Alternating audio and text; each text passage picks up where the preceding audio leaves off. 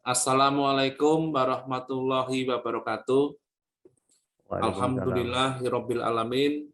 Assalatu wassalamu ala asrofil amya'i wal mursalin Muhammadin wa ala alihi washabihi ajmain.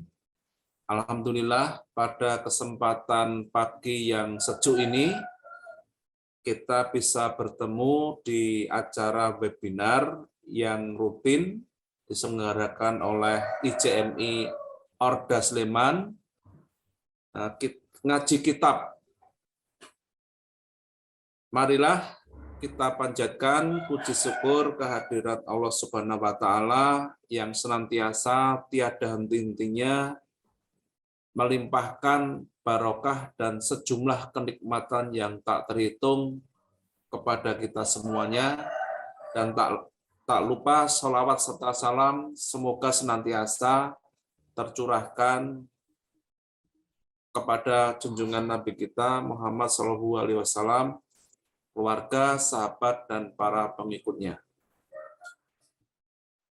Bapak Ibu jamaah Zoomiyah, pada pagi ini topik yang kita angkat yaitu tentang hukum media sosial bagi pelajar Indonesia.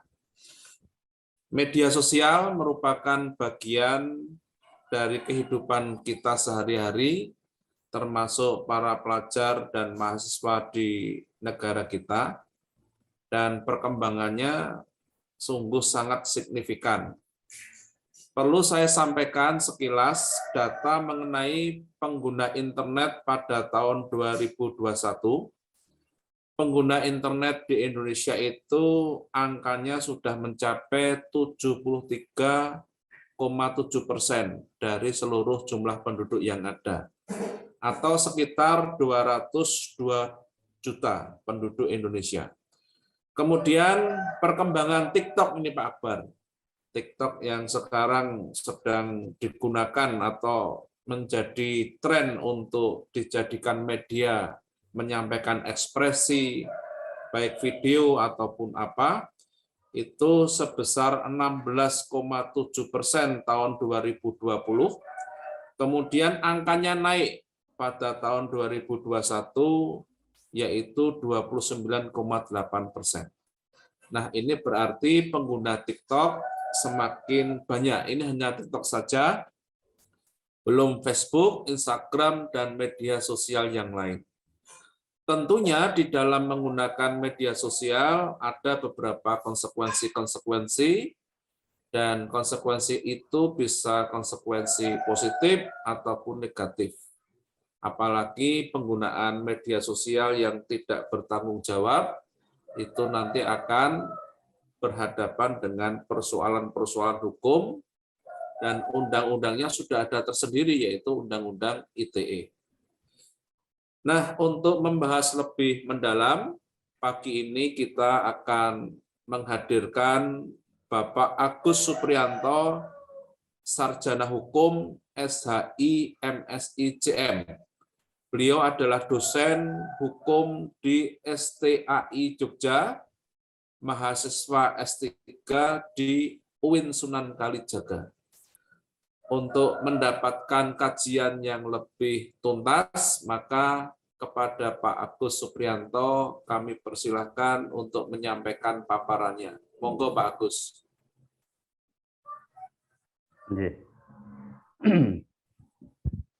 Laptop saya lagi agak loadingnya belum full. Bentar. Assalamualaikum warahmatullahi wabarakatuh. Waalaikumsalam warahmatullahi wabarakatuh. Alhamdulillahirabbil alamin wa bihi nasta'in wa la umuri dunya waddin wassalatu wassalamu ala asrofil anbiya'i wal mursalin amma ba'd. Yang saya hormati Bapak Ketua Pak Akbar, saya hormati juga Pak Moderator. Maaf saya jarang aktif juga di ISMI Sleman. Terkait dengan kegiatan pada pagi hari ini, saya sendiri menyampaikan terima kasih yang sebesar-besarnya karena pada kesempatan pagi hari ini diberi waktu untuk sedikit berbicara kaitannya dengan hukum media sosial. Nah, mohon izin saya share screen ya. Bisa dilihat ya. Sampun. Nah, hukum media sosial bagi pelajar di Indonesia. Tadi disampaikan banyak hal oleh Pak Moderator bahwa Indonesia ini pengguna media sosialnya cukup tinggi. Nah, karena cukup tinggi, maka perlu antisipasi. Perlu juga kita melakukan hal-hal yang sifatnya itu baik dampak positif ataupun dampak buruk dari media sosial, itu perlu kita pahami terlebih dahulu. Yang pertama adalah ketika kita bicara mengenai media sosial, perlu diketahui apa itu media sosial. Mengutip dari definisi yang ada di fatwa, ini fatwa MUI, kemudian saya juga lihat di undang-undang, kemudian di literatur yang lain, bahwa media sosial adalah media elektronik yang digunakan untuk berpartisipasi, berbagi, kemudian menciptakan isi dalam bentuk bisa blog, jejaring sosial, wifi, forum, dunia virtual, dan bentuk-bentuk lainnya. Nah, itu secara definisi media sosial. Nah, media sosial ini adalah sarana kita untuk bermuamalah ataupun bersosial di dalam konteks elektronik. Nah, muamalah itu pada prinsipnya adalah diperbolehkan ataupun menjadi sarana kita sebagai manusia sosial, sebagai makhluk sosial, yaitu proses interaksi antar individu atau kelompok yang terkait dengan hubungan antar sesama, hablum minan nas, yang meliputi kegiatan pembuatan atau produksi, penyebaran, distribusi, akses ataupun mengkonsumsi, dan penggunaan informasi atau komunikasi lainnya. Nah, terkait bermuamalah yang dilakukan di dunia sosial ini, tadi disampaikan ada banyak pengguna-pengguna, bahkan masyarakat Indonesia cukup besar. Nah, ketika kita bicara misalnya bagaimana kalau bermuamalah di bidang elektronik ini digunakan oleh anak-anak yang masih usia pelajar. Kalau dewasa tentu itu sudah maklum, karena menjadi kebutuhan bekerja, kebutuhan dalam rangka untuk kantor dan sebagainya. Tapi bagaimana untuk anak? Nah, bicara mengenai anak itu sendiri atau hukum media sosial bagi anak di Indonesia itu banyak definisinya sebetulnya. Ada yang dibilang anak itu kalau sudah mumayyiz adalah dia sudah mulai dewasa. Kemudian ada anak yang usia 21. Tetapi dalam golongan Undang-Undang Nomor 11 Tahun 2012 atau dalam sistem peradilan pidana anak disebutkan bahwa anak yang berkonflik dengan hukum yang seharusnya disebut adalah anak yang berumur 12 tahun. tetapi belum mencapai 18, diduga melakukan tindak pidana. Nah, anak kisaran 12 sampai 18 ini adalah kisaran dia usia SMP ataupun SMA. Usia-usia itulah yang dikatakan sebagai usia pelajar. Nah, jadi kalau sebagai anak itu sebagai pelaku, maka disebut sebagai anak nakal. Kemudian juga dikatakan anak yang menjadi korban tindak pidana, selanjutnya disebut sebagai anak korban adalah anak yang belum berumur 18. Di Undang-Undang 3 tahun 2002 tentang perlindungan anak adalah anak yang belum berusia 18 tahun. Nah, jadi dikatakan belum 18 tahun itu adalah kategorinya anak. Nah, manfaat media sosial di dalam penggunaan oleh pelajar biasanya digunakan dalam hal misalnya yang paling banyak adalah untuk pembelajaran baik itu online ataupun jaringan. Ada juga yang untuk media penyambung silaturahim, sebagai media untuk membagikan karya tulis, kemudian sebagai media untuk berbisnis atau berpeluang kerja kalau itu dia sudah dewasa, sebagai media branding untuk pencitraan, untuk sarana berdakwah, media sebagai sumber informasi. Jadi segala informasi kita dapatkan dari medsos biasanya. Kemudian juga media untuk mengekspresikan, apalagi anak-anak muda sekarang atau anak-anak remaja banyak yang TikTok melakukan ekspresi-ekspresinya itu. Di satu sisi ketika bicara mengenai media sosial itu ada namanya dampaknya, dampak buruk ya, dampak negatif. Dampak negatif ketika anak itu kecanduan media sosial, ini anak menjadi malas. Setiap hari pegangannya ya HP aja itu. Bahkan waktunya itu sulit terkontrol karena pegangannya HP. Anak kemudian kepedulian dengan lingkungan kecil atau anak tidak peduli dengan lingkungan. Sulit berkomunikasi dengan teman-temannya karena banyaknya berpegangan pada HP. Kemudian dampak yang lain itu bisa jadi media sosial sebagai sarana untuk menyebarkan berita-berita hoax.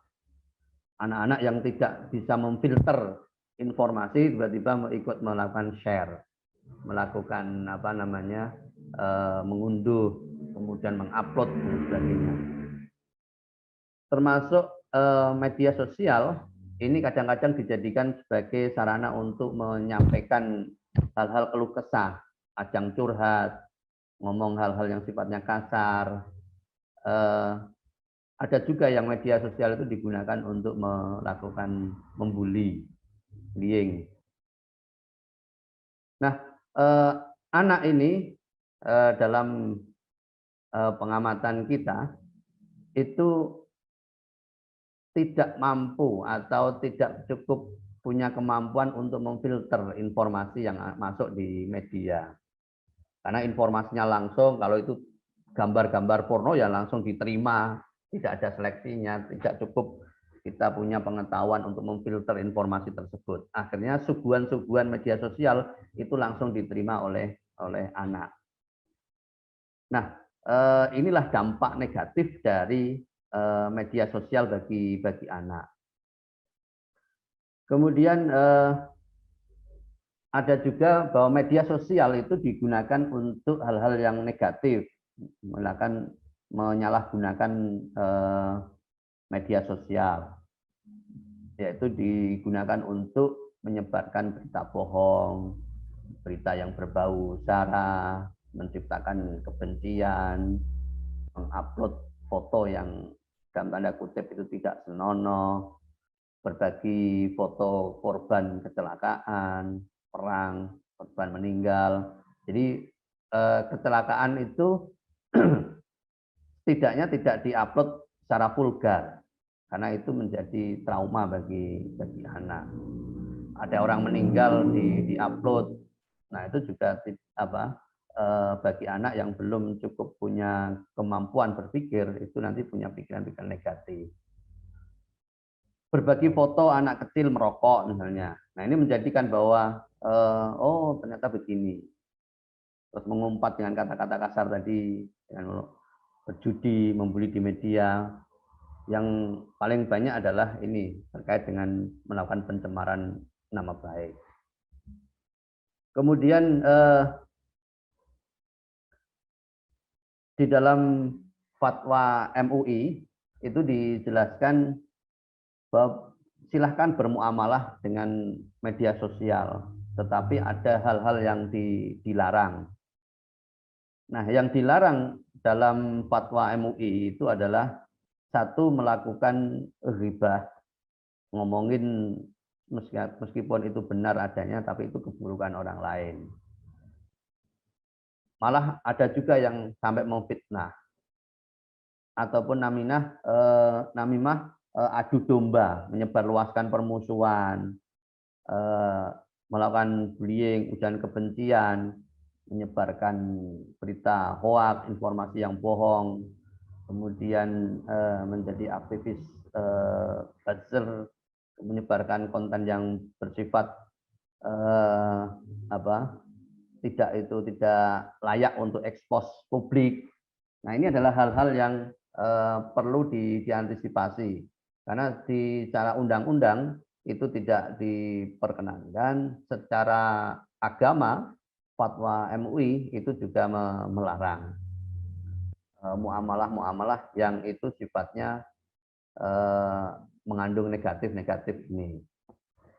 Nah, ada salah satu yang harus kita lakukan ketika misalnya mendapatkan berita ataupun informasi yang itu dalam tanda kutip adalah negatif, atau mungkin informasi positif juga. Nah, yang perlu dilakukan ketika mendapatkan informasi berita-berita, apalagi saat politik, saat macam-macam, itu perlu adalah kita melakukan namanya tabayun. Melakukan tabayun atau melakukan klarifikasi apakah itu benar atau tidak yang terjadi atas pemberitaan tersebut. Nah, proses tabayun terhadap konten atau informasi bisa dilakukan dengan misalnya dipastikan bahwa aspek sumber informasi atau sanadnya yang meliput kepribadian, reputasi, kelayakan, dan keterpercayaannya. Jadi ini apakah betul? Nah, kita memfilter, betul nggak ini? Dipastikan juga aspek kebenaran konten, matanya, isinya, maksudnya itu seperti apa?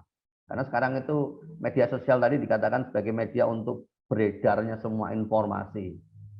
Bahkan manusia atau usia pelajar itu ketergantungan terhadap media sosial itu cukup tinggi.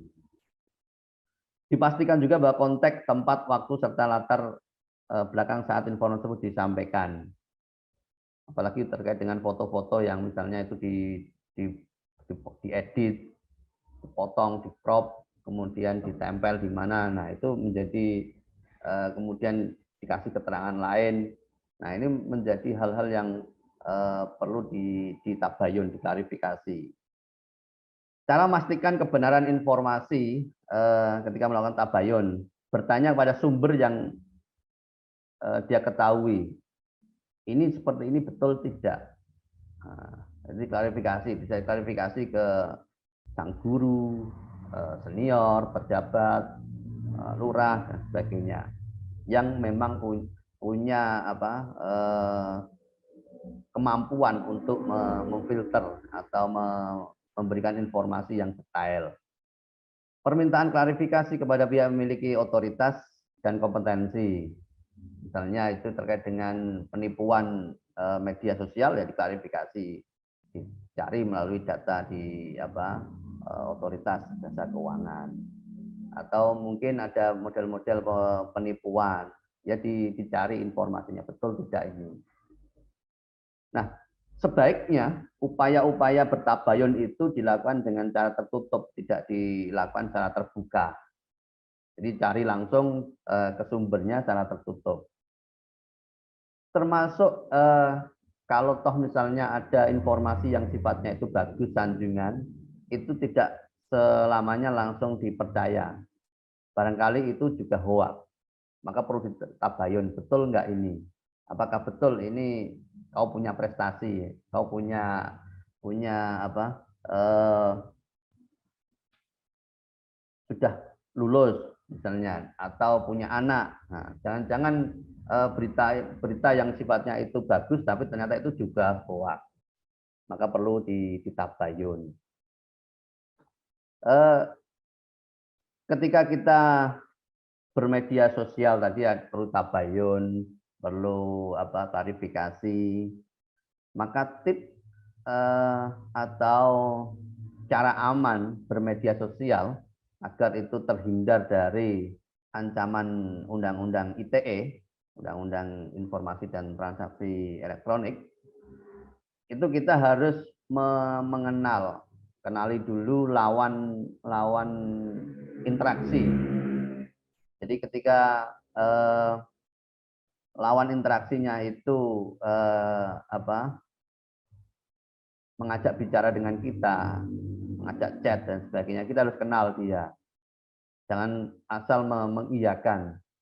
Apalagi sekarang itu muncul profil nama aja, profil fotonya diganti, kemudian pakai namanya ternyata itu bohong.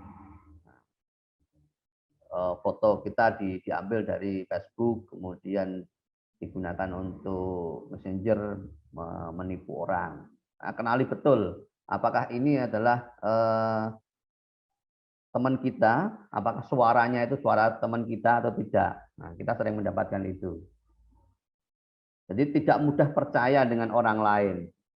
Yang disampaikan itu masuk akal tidak. Kalau tidak masuk akal berarti ini cenderung penipuan. Waspadai pengguna media sosial yang sengaja menggunakan nama atau foto palsu. Nah, tadi foto palsu itu. Kemudian ketika bermedia sosial, gunakanlah etika. Menggunakan etika dan bahasa yang baik. Bahasa yang digunakan di media, itu harapannya bukan bahasa-bahasa yang mengandung kebencian, bahasa yang mengandung provokasi, bahasa yang mengandung yang negatif, tapi yang menyejukkan. Nah, jadi melakukan postingan media itu dengan bahasa-bahasa yang aman. Nah, kalau itu misalnya nge-like Facebook ya cukup mantap, keren. Nah, itu dengan bahasa-bahasa yang sangat standar, menjunjung tinggi etika kita. Tidak menggunakan bahasa-bahasa yang negatif. Mencantumkan sumber ketika itu membuat postingan terkait dengan hak cipta. Jadi perlu sampaikan sumbernya sehingga tidak terlihat kita itu ngarang atau asal bunyi. Postingan tidak mengandung aspek sara. Nah, ini jelas, jangan sampai ada sara di postingan-postingan kita. Bau-bau agama, bau-bau ras, bau asasi manusia, bau suku, golongan. Nah, ini perlu dengan bahasa-bahasa yang santun. Syukur-syukur bisa melakukan reframing, membahasakan dari bahasa yang negatif, kemudian berubah menjadi bahasa yang positif. Tidak memproduksi atau menyebarluaskan informasi palsu yang sumbernya belum jelas atau hoax tadi. Jangan memberikan data diri dengan mudah di media sosial. Gunakan jejaring sosial, Facebook, Twitter, kemudian IG dan sebagainya sebagai sarana untuk berdiskusi tentang hal positif. Dan aturlah waktu ketika mengakses media sosial agar media sosial Anda itu tetap produktif, membawa hal-hal yang sifatnya itu positif, tidak mengandung kebencian-kebencian. Nah, selain kita bisa bertip dalam media sosial, kita perlu mewaspadai jenis-jenis kejahatan. Ada kejahatan terorisme, kejahatan pornografi, kejahatan pelecehan, kejahatan menjelek-jelekkan, kejahatan penggunaan program, kemudian kejahatan penipuan, kejahatan kartu, kartu yang muncul ketika orang pemilik kartu kredit itu. Nah, ini model-model kejahatan di bidang dunia elektronik yang perlu diwaspadai. Karena di sana juga ada misalnya kejahatan kaitan dengan tadi membuli atau bullying. Nah, itu perlu kita anak-anak memahami bahwa di sana ada aspek kejahatannya. Membuli itu adalah segala bentuk kekerasan, bisa sifatnya ejekan, penghinaan, intimidasi, atau mempermalukan, gojloki, cara bahasanya kita itu gojloki yang terlalu berlebihan, yang dialami anak, dilakukan teman seusia, dan itu melalui dunia cyber, internet, digital, telepon seluler, dan sebagainya. Nah, atas beberapa bentuk atau persoalan di bidang media sosial tadi itu, hukum di Indonesia ini ada yang mengaturnya. Tadi disampaikan oleh Pak Moderator bahwa kita sudah ada namanya Undang-Undang ITE. Ada Undang-Undang 11 tahun 2008, kemudian ada Undang-Undang 19 tahun 2016, perubahannya. Kemudian itu juga ada yang dikaitkan dengan undang-undang pidana, KUHP, kemudian hak cipta, kemudian telekomunikasi, dan undang-undang yang lain yang itu dalam dunia non elektronik, tetapi ini digunakan melalui media-media elektronik. Nah, sehingga berbuntut atau menjadi masalah ITE. Kalau itu terkait dengan aspek-aspek keagamaan, MUI tahun 2017 yang lalu juga sudah mengeluarkan fatwa nomor 24 tahun 2017 tentang hukum dan pedoman bermuamalah melalui media sosial. Nah, jadi hukum inilah yang perlu diantisipasi dan dipelajari oleh rekan-rekan remaja pelajar di Indonesia. Setidaknya dengan kita memahami tadi itu ada ancaman-ancaman pidananya. Memang ketika dilakukan perubahan Undang-Undang 11 tahun 2008 menjadi 19 tahun 2016, itu ada sedikit pergeseran dari aspek-aspek yang sifatnya ancaman pidananya itu dari 6 tahun kemudian turun menjadi 4 tahun. Yang dulu awalnya deliknya itu delik biasa, kemudian digeser menjadi delik aduan. Delik biasa itu artinya bisa langsung ditangkap, bisa diperiksa, bisa tanpa adanya pelaporan, kemudian tidak bisa dicabut.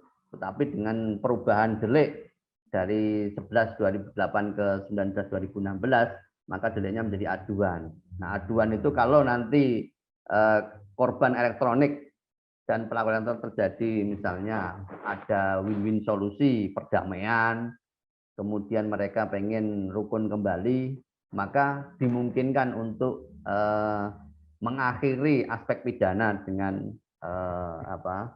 pencabutan perkara di dalam proses hukum pidananya. Jadi itu sedikit terkait dengan hukum media sosial. Mungkin dari sini ada beberapa hal yang mau ditanyakan atau diklarifikasi, ditambahkan oleh rekan-rekan sekalian atau yang di luar sana bagi pelajar SMP, pelajar SMA terkait dengan media sosial yang sudah menjadi kebutuhan atau kecanduan kita sehari-hari. Terima kasih. Terima kasih Pak Agus Supriyanto yang sudah memaparkan materi. Selanjutnya untuk sesi ini akan kita gunakan diskusi. Monggo bagi yang akan mengajukan pertanyaan atau menanggapi, kami persilakan. Pak Leli saya nggih. Monggo Mas Akbar. Nggih, matur nuwun. Pak Agus, Nggih, Pak. Matur nuwun. yang jenengan sampaikan tadi itu, gitu, menurut saya itu relevan bukan hanya untuk remaja ya, menurut saya bahkan untuk orang dewasa lah ya. Ketika saya melihat media-media sosial kita, entah itu Facebook, entah itu WhatsApp gitu ya, atau yang lain lah begitu, yang kita ketemu berbanyak orang itu, kok saya merasakan bahwa yang tadi Bapak sampaikan itu sebenarnya relevan untuk orang dewasa, dalam arti bahwa seringkali pelanggaran-pelanggaran itu terjadi loh, bahkan di antara orang dewasa sekalipun.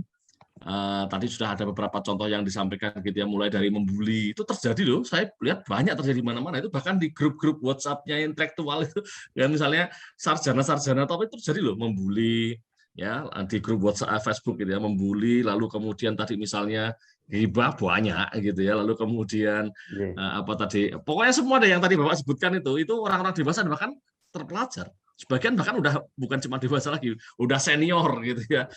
Bahkan di grup-grup, mohon maaf gitu ya, di grup misalnya di grup alumni perguruan tinggi gitu aja, saya lihat tuh luar biasa itu. Kalau begitu beda pendapat langsung disikat habis, itu dibully sampai habis-habisan gitu ya. Begitu beda dikit dibully habis-habisan begitu. Jadi ya gitu ya. Jadi gimana nih Pak menjelaskannya gitu. Jadi saya lihat nih bahwa orang dewasa aja bermasalah begitu lagi, apalagi remaja juga gitu.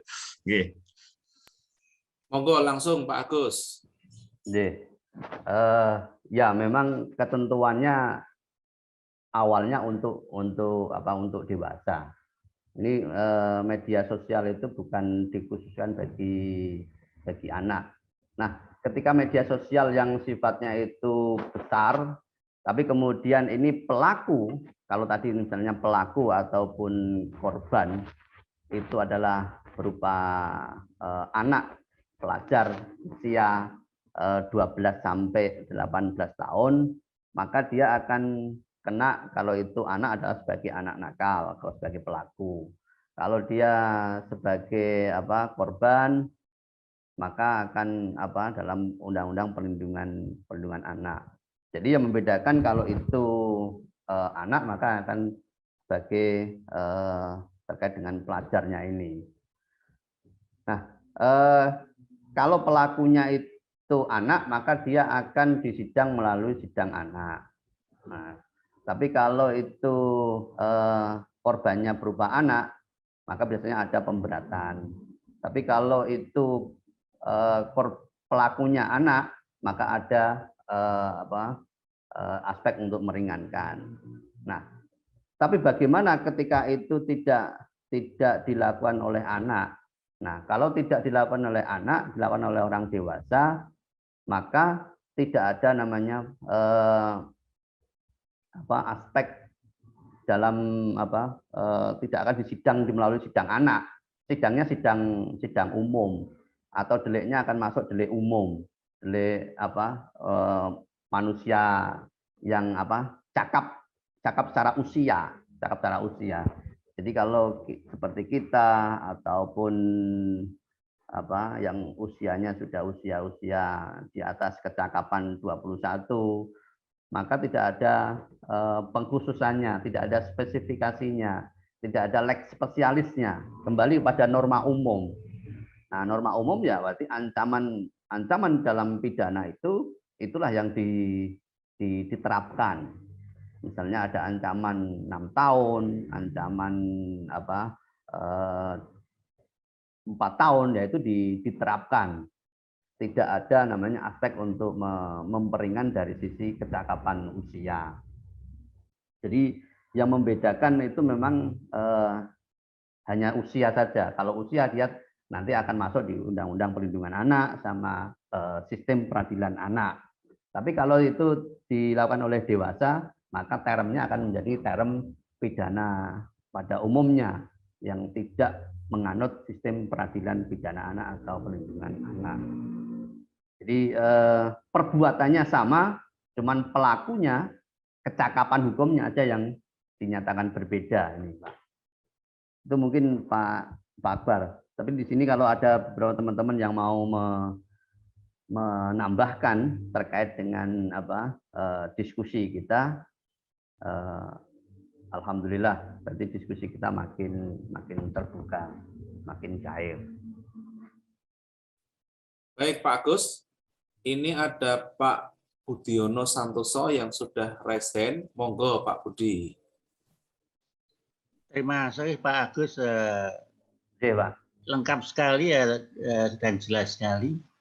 Saya kira komentar saya mungkin mohon ditanggapi. Di Indonesia sebenarnya kita perangkat hukum sangat lengkap. Apapun pasti ada. Kelemahan kita adalah how to enforce it. Instrumen-instrumen monitoring, instrumen-instrumen pengawasan dan sebagainya, apakah ada itu? Siapa yang melakukan? Itu pertanyaan saya. Jadi sebelum kejadian yang betul-betul pelanggaran berat, sudah ada instrumen-instrumen untuk mengawasi dan mencegah. Terima kasih. Langsung monggo Pak. Ya, kalau instrumen yang menegakkan itu sudah ada. Instrumen yang melakukan antisipasi berarti ya harus kita semuanya. Jadi misalnya tidak kepada usia remaja, usia pelajar, maka perlu dilakukan penyuluhan ataupun pendidikan kesadaran hukum, pendidikan melek hukum media sosial. Nah, agar semua pelajar di Indonesia itu memahami ini loh beberapa bahaya, ini loh beberapa manfaat ketika kita menggunakan media sosial. Jadi ada aspek manfaatnya, kemudian ada aspek bahayanya, itu perlu disampaikan agar anak-anak ataupun masyarakat di Indonesia ini memahami apa itu terkait dengan hukum media sosial. Jadi menjadi kebutuhan sekolah harus mensosialisasikan, akademisi untuk mensosialisasikan pentingnya melek hukum media sosial. Kemudian juga bagi pemerintah daerah, pemerintah paling bawah, kelurahan dan sebagainya, itu juga perlu memberikan informasi, penyuluhan, kesadaran melek hukum. Karena ini sangat akrab kita dengan media sosial, kita sangat akrab. Maka diperlukan pengguna-pengguna media sosial itu harus cerdik, harus piwai dalam memainkan media sosial. Jangan sampai gara-gara jempol itu sering melakukan tutul-tutul keyboard HP atau sebagainya, itu kemudian berdampak atau berbuntut pada masalah hukum. Kan masalahnya tinggal kita hanya mendownload, membaca, meng-share, tiba-tiba jadi masalah atau mengunggah jadi masalah. Nah itu sementara perangkat dalam proses penegakannya di kepolisian sudah ada cybernya itu, kemudian istilahnya pidana khusus bidang cyber di Polda sudah ada. Jadi ada yang menangani terkait dengan pidana-pidana berbau media elektronik ini. Kalau itu alatnya di Polda di Polres belum lengkap, di Polda itu yang memiliki perangkat-perangkat untuk menyelidik, kemudian menyidik peristiwa-peristiwa yang berbau elektronik. Karena di setiap Polda itu diberikan perangkat untuk menangani ini. Memang level-level Polsek, kemudian level Polres itu belum cukup memiliki kapasitas secara alat ya untuk mendeteksi apakah ini masuk dalam gejala-gejala yang berbau misalnya penipuan kaitan dengan uang, kaitannya dengan dunia perbankan, dunia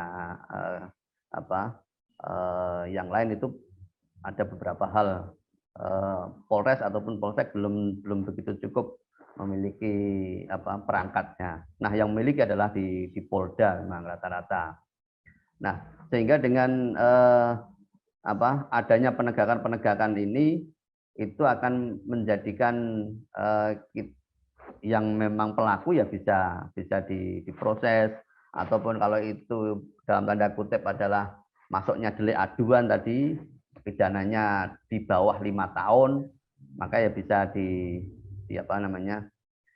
didamaikan atau diakhiri dengan sebuah penyelesaian win-win solusi.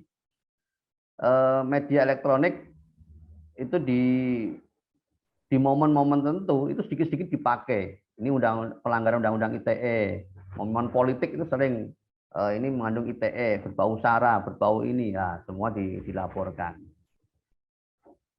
Nah, hal-hal seperti itulah yang memang perlu diantisipasi dan direnungi agar kita memang betul-betul canggih di dalam penggunaan media sosial. Jadi sebelum memposting itu diresapi dulu apakah bahasa ini cukup aman atau tidak. Kira-kira kalau tidak aman jangan.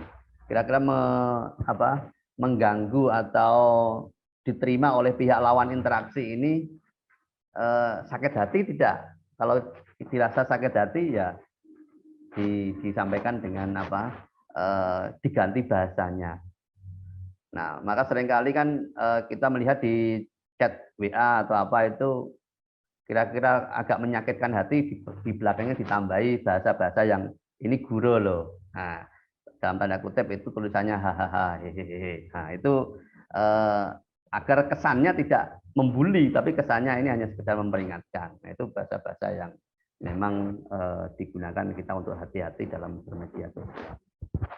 Itu mungkin sedikit Pak Budi. Mungkin ya, yang lain bisa menambahi kaitan dengan kelengkapan diskusi pada pagi hari ini.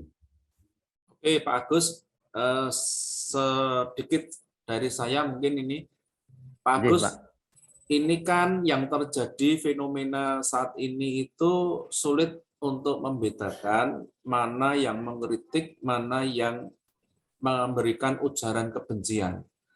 Artinya ketika kita mengkritik sebuah kebijakan, mungkin levelnya dari ringan, sedang, sampai sangat tajam, itu dimaknai sebagai kritikan bisa, dimaknai sebagai ujaran kebencian juga mungkin. Nah, batasan ini sangat tipis. Itu yang pertama. Terus yang kedua, ketika kita berdakwah, tentu semangatnya adalah amar ma'ruf nahi mungkar. Nah, persoalannya adalah kalau kita berdakwah, kemudian kita menghadapi kemungkaran-kemungkaran, lalu kita menegakkan kebenaran, itu dianggap sebagai sebuah bentuk semacam kayak perlawanan. Nah, padahal kan semangatnya kebaikan. Nah, itu bagaimana dari perspektif hukumnya, Pak Agus. Kemudian yang ketiga, banyak terjadi kasus-kasus yang dilaporkan, itu yang melaporkan bukan si korban, tetapi pihak lain. Sehingga terjadi penindaan, bahkan pemanggilan, lalu dinaikkan statusnya sebagai tersangka. Padahal tadi Pak Agus menyampaikan bahwa pergeseran undang-undang elektronik dari Undang-Undang 11 tahun 2008 menjadi 19 tahun 2016, itu deliknya sudah dirubah dari delik pidana menjadi delik aduan. Nah, nun sewu nih Pak Agus, saya sampaikan karena mengingat di sekitar kita itu banyak terjadi seperti itu. Matur nuwun Pak Agus. Matur nuwun. Memang di masyarakat kita itu partisipasi publik, partisipasi publik, publik memberikan masukan, publik memberikan sumbangsih terhadap kebijakan-kebijakan negara itu besar. Apalagi di Jogja ini masyarakatnya masyarakat akademik mayoritas. Itu cukup tinggi di dalam memberikan partisipasi ke ranah-ranah publik. Dan memang ketika partisipasi dalam ranah publik ini, apakah itu masuk dalam kategori kritikan atau apa sifatnya itu ujaran-ujaran kebencian atau apa. Nah, sepanjang memang itu disampaikan dengan data-data yang cukup akurat, kemudian memberikan analisis yang apa tidak parsial. Nah, kadang-kadang kan begini di masyarakat kita itu belum membaca masalahnya, tetapi sudah berkomentar. Nah, ini harus diwaspadai. Jangan-jangan nanti kita berkomentar itu tidak paham apa yang kita komentari. Nah, termasuk ketika dulu ada atau beberapa waktu yang lalu ada undang-undang Cipta Kerja itu undang-undangnya cukup tebal. Nah, kita membacanya juga belum khatam. Nah, ketika belum khatam membaca, ikut mengkritisi. Nah, jadi kadang-kadang kita mengkritisi itu tidak paham karena kita belum membacanya. Nah, maka sekarang ini perlu kita ketika mengkritisi, melakukan ujaran, berkomentar itu memahami dulu, sehingga dengan kita memahami konteksnya, regulasinya, permasalahannya, kita tidak mudah dalam hal memberikan komen, karena komen yang tidak ada dasarnya itu jadi persoalan nantinya. Jadi memang perlu dipahami dulu, jangan buru-buru berkomentar, jangan buru-buru membenci, mengkritik kalau memang belum membaca atau belum memahami persoalannya. Nah, di sini menuntut kita agar kita itu juga melek dari sisi informasi, tidak hanya sekedar kita langsung berkomentar. Nah, seringkali itu hanya disampaikan yang kulit-kulitnya oleh media sosial itu, sementara isinya secara langsung tidak paham. Maka perlu memahami betul apa yang disebut dengan isi-isi dari sebuah konten, sebuah permasalahan, tidak hanya sekedar dari apa yang di luarnya saja tadi itu. Itu ketika mengkritik adalah mengkritik yang memang arahnya membangun, bukan mengkritik. Dan mengkritik sekarang ini kan juga terbuka asal dengan bahasa-bahasa yang memang itu mengandung hal-hal yang positif, membangun, tidak dengan bahasa-bahasa yang meremehkan atau bahasa-bahasa yang menjatuhkan. Pilihan kata di dalam bermedia itu menjadi kita harus menyaring. Bahkan semalam saya melihat berita itu kan orang Sunda itu kan marah-marah kemudian melaporkan ITE pada anggota Dewan Komisi Hukum itu. Itu juga karena pilihan diksinya itu tidak pas. Nah, kemudian juga media sosial ini seringkali digunakan sebagai sarana untuk berdakwah tadi, betul ya. Karena dakwah ini yang paling mudah sekarang ini kan dakwah melalui media sosial, YouTube, kemudian semacam-macam lah. Yang penting adalah ketika dakwah melalui media sosial, yang perlu kita tekankan bagaimana media sosial itu digunakan dakwah dan isi dakwahnya ini betul-betul sesuai dengan apa yang dinyatakan. Kalau memang ada yang salah, ya segera diakui. Pernah juga itu Gus Ba itu keliru dalam menyampaikan, juga diakui, kemudian minta maaf.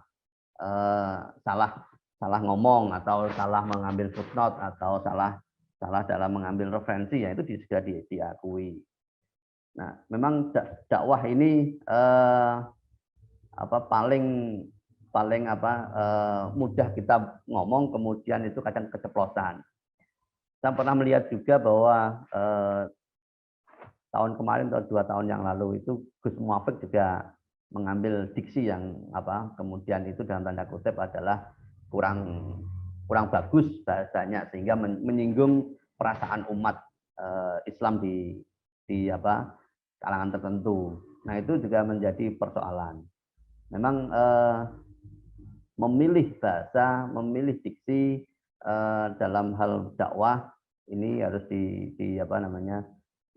dilakukan dengan cara hati-hati.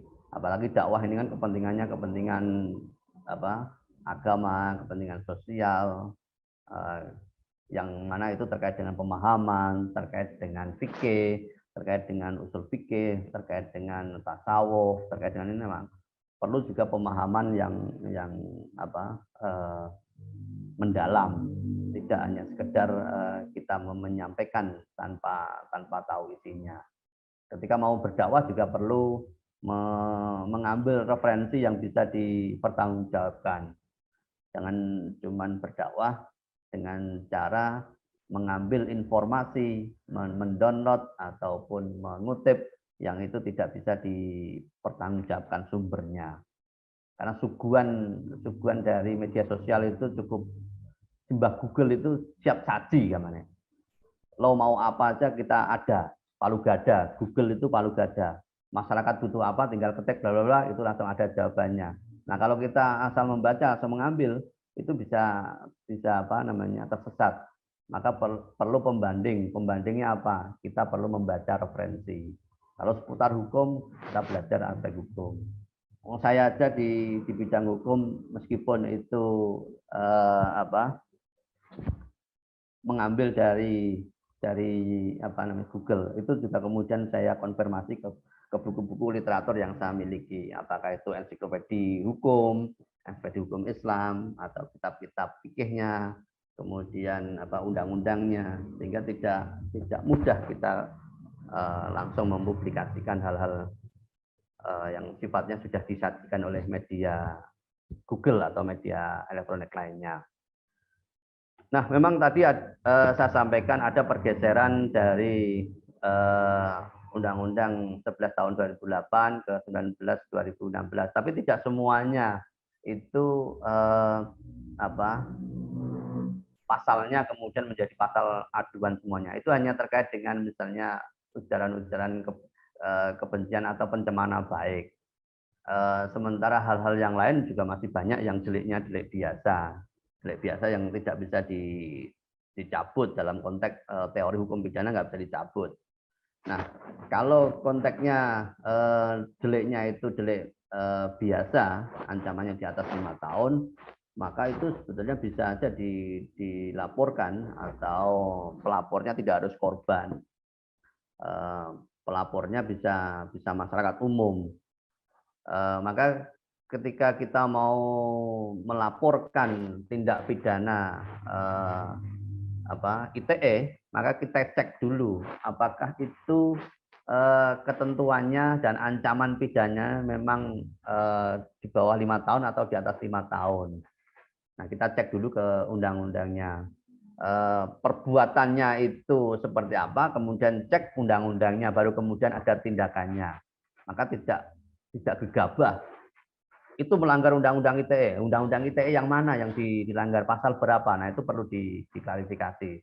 Jadi kitab 19 2016-nya itu siap saksi.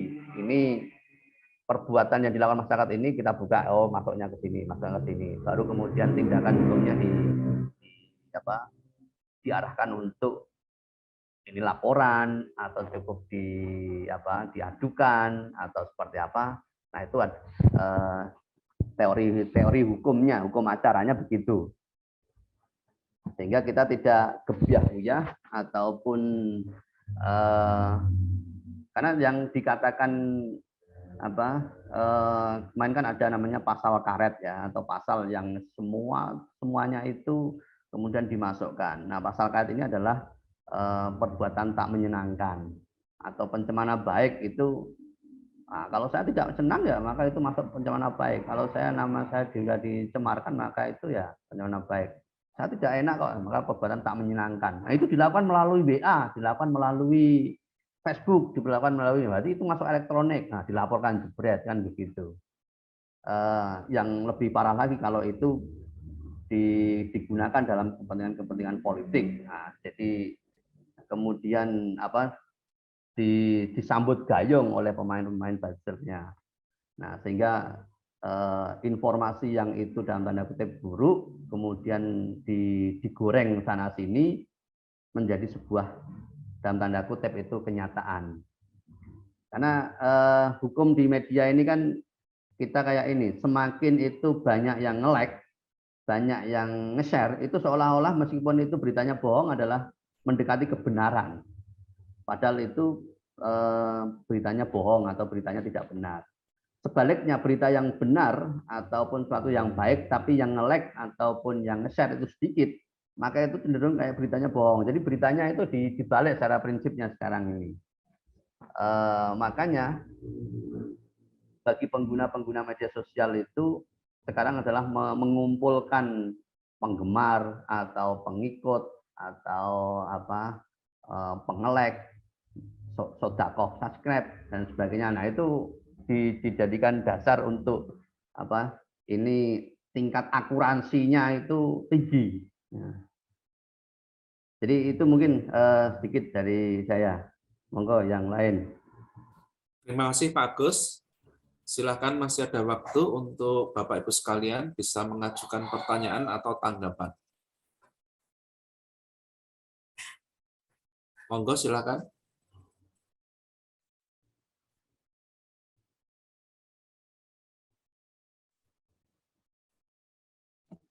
Jadi apa yang bisa kita lakukan, Pak, untuk bisa memperbaiki situasinya, gitu. Baik untuk remaja maupun untuk orang dewasa juga, untuk semua lah, untuk kita semua. Gitu. Yang perlu dilakukan, saya pikir yang ini, Pak. Kita perlu memperbanyak pengetahuan bagaimana tips bermedia sosial yang baik. Nah, jadi hal-hal ada 8 poin inilah yang perlu dilakukan oleh kita. Perlu selalu disosialisasikan, baik itu kalangan akademisi, khususnya kita ini dari ITSMI perlu memberikan kesadaran melek hukum kepada masyarakat, adik-adik kita yang pelajar, kemudian yang bukan pelajar pun harus melek hukum media sosial ini. Beberapa waktu yang lalu saya juga dikeluh kesai sama seorang guru yang itu ternyata dia masuk dalam korban undang-undang ITE, kejahatan ITE. Namanya dipakai, kemudian kena tipu sekitar berapa itu 15 juta atau berapa itu. Dan waktunya cukup cepat. Hanya kisaran di bawah 50 menit. Di bawah 5 menit dia itu digrogoti rekeningnya sebesar 15 jutaan. Ada juga sebelumnya itu ada masih satu alma mater dengan saya, itu nangis-nangis katanya lagi hamil tua, ya kena ini korban pinjol juga, pinjaman online. Jadi pinjaman online itu dia baunya kan bau undang-undang ITE. Yang awalnya selamat, kakak mendapatkan hadiah bonus sebesar sekian juta. Nah kita harus hati-hati. Sekarang itu nggak ada namanya uang kok, uang kaget itu nggak ada. Uang itu mesti didapat melalui hasil kerja keras, melalui kita ikhtiar. Nggak ada tiba-tiba ada orang ngasih uang ini untuk kamu, nggak ada. Nah kalau ada begitu maka kita harus hati-hati. Dosen aja dapatkan uang 15 juta atau 20 juta, 40 juta itu harus kerja keras dengan riset kok. Tidak dengan ini untuk kamu, nggak ada. Jadi tidak ada namanya rezeki. Rezeki itu datang dengan tiba-tiba, nggak ada, pasti dengan hasil kerja keras. Nah, kalau ada model-model begitu, nah ini masuk dalam kategori harus diwaspadai. pinjaman online. Di Bantul kemarin itu juga ada sekitar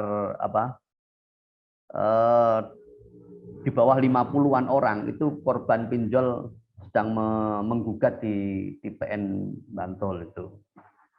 Di Sleman juga ada korban pinjol. Kemudian media elektronik ini digunakan juga oleh beberapa pelaku usaha untuk bersaing tidak produktif. Nah, itu ada namanya bersaing usaha tidak produktif, itu menggunakan media elektronik. Nama perusahaannya itu seolah-olah dipakai, kemudian nanti di tengah perjalanan diganti produk atau diganti apa. Nah, itu perlu kewaspadaan. Nah, jadi jangan buru-buru tangan kita itu klik. Nah, itu perlu sosialisasi, perlu penyuluhan di semua kalangan. Apalagi terkait dengan berita-berita hoax itu. Berita ditabayun dulu. Kalau tidak benar, jangan disampaikan. Sifatnya kayaknya suratnya udah resmi, ada kopnya negara, tapi nggak ada logo Garudanya, maka itu cenderung bohong juga. Kayaknya resmi, ada tanda tangannya, tapi tidak berstempel. Nah, itu juga harus kita waspadai, jangan-jangan itu tidak benar. Jadi bisa jadi menggunakan kop lembaga negara, tapi dipakai untuk kepentingan kejahatan. Nah, jadi kita harus dalam tanda kutip itu kalau ada yang tidak nyaman itu harus diwaspadai. Nah, media sosial ini kan seringkali kan karena ketidaknyamanan, ya. Tidak nyaman, tapi kita tidak segera tidak sadar bahwa itu penipuan, tidak sadar bahwa itu mengandung kebencian, tidak sadar itu bahwa oh ini tidak bagus bagi orang lain. Nah, membuli itu boleh, tapi membuli yang sewajarnya saja. Dan membuli dalam tanda kutip adalah yang untuk produktif saja, tidak kemudian membuli untuk menjatuhkan. Bahkan itu dilakukan di tempat terbuka. Nah, tempat terbuka bisa jadi persoalan hukum nantinya. Jadi kita bisa dalam tanda kutip adalah mengontrol diri masing-masing, mengontrol diri kita masing-masing agar ketika kita bermedia sosial itu ini tepat atau tidak, ini perlu atau tidak. Kalau bahasanya ini kira-kira itu diterima oleh lawan interaksi itu negatif, segera kita ganti bahasanya. Istilahnya mereframing atau mengolah data, menyuguhkan bahasa yang sifatnya itu mengandung kebencian, mengandung provokasi, mengandung permasalahan, diganti dengan bahasa-bahasa yang mendinginkan suasana, mengandung doa, mengandung ini. Jadi kadang-kadang kan ada foto itu teman kita lagi berduaan sama pasangan suami istri. Nah, itu kalau kita salah berkomentar itu bisa payah. Nah, misalnya ada yang komentar, oh mudah-mudahan wah ini kayaknya mau punya anak kedua, atau itu kayaknya istrinya beda yang kemarin ya, beda lagi. Nah, itu kalau disampaikan terbuka itu bisa menyinggung. Nah, ya cukup didoakan aja. Semoga nanti tambah berkah dengan istri kedua. Nah, jadi kan agak terus belakangnya dikasih hehehe atau bahasa. Jadi itu kesannya tidak membuli, kesannya lebih pada menggurau saja. Dan jangan kemudian diterus-teruskan komunikasinya diterbuka, nanti bisa jadi persoalan, apalagi kalau dibaca bagi pasangan dari lawan interaksi kita itu jadi masalah hukum itu nanti. Nah, jadi ini menjadi PR bagi kita semuanya, IJMI, kalangan cendekiawan, kalangan akademisi, kalangan masyarakat yang dalam tanda kutip itu kelas menengah atau kelas elit, untuk selalu memberikan kesadaran kepada masyarakat dan kepada pelajar. Kalau tidak bisa kepada masyarakat yang lain, khususnya adalah kepada keluarga kita sendiri, pelajar-pelajar yang ada di rumah kita, yaitu anak-anak kita, keponakan kita, anak-anak kos yang ada di kos-kosan kita dan sebagainya, itu menjadi melek hukum media sosial ini. Terima kasih. Itu mungkin Pak Ketua. Mohon maaf apabila ada kekurangannya ataupun kekhilafannya. Terima kasih Pak Agus. Sepertinya waktu sudah menunjuk pada pukul 6:30 lebih. Kira-kira mau dilanjutkan atau sudah cukup ini, Mas Akbar? Namun Pak, mungkin Bapak Ibu sekarang ada yang harus melaksanakan tugas lain. Terima kasih Pak Agus yang sudah menyampaikan paparannya. Perlu kami simpulkan bahwa yang pertama, agar tidak terjadi penyalahgunaan media sosial di kalangan anak dan remaja, maka perlu adanya edukasi yang cukup baik edukasi yang menyangkut tentang etika maupun edukasi yang menyangkut tentang hukum. Kemudian yang kedua, perlu adanya kendali atau pengawasan orang tua terhadap anak yang terkait dengan penggunaan media sosial. Kemudian yang ketiga, jangan lupa untuk cek konten dan sumbernya sehingga kita tidak salah di dalam memahami ataupun melakukan pengiriman kembali atau meneruskan share kepada pihak lain. Lalu yang keempat, yang paling penting ini adalah marilah kita menggunakan media sosial dengan bijak dan tentunya dengan pertimbangan menebarkan manfaat yang sangat baik dan kondusif. Demikian yang bisa kami sampaikan.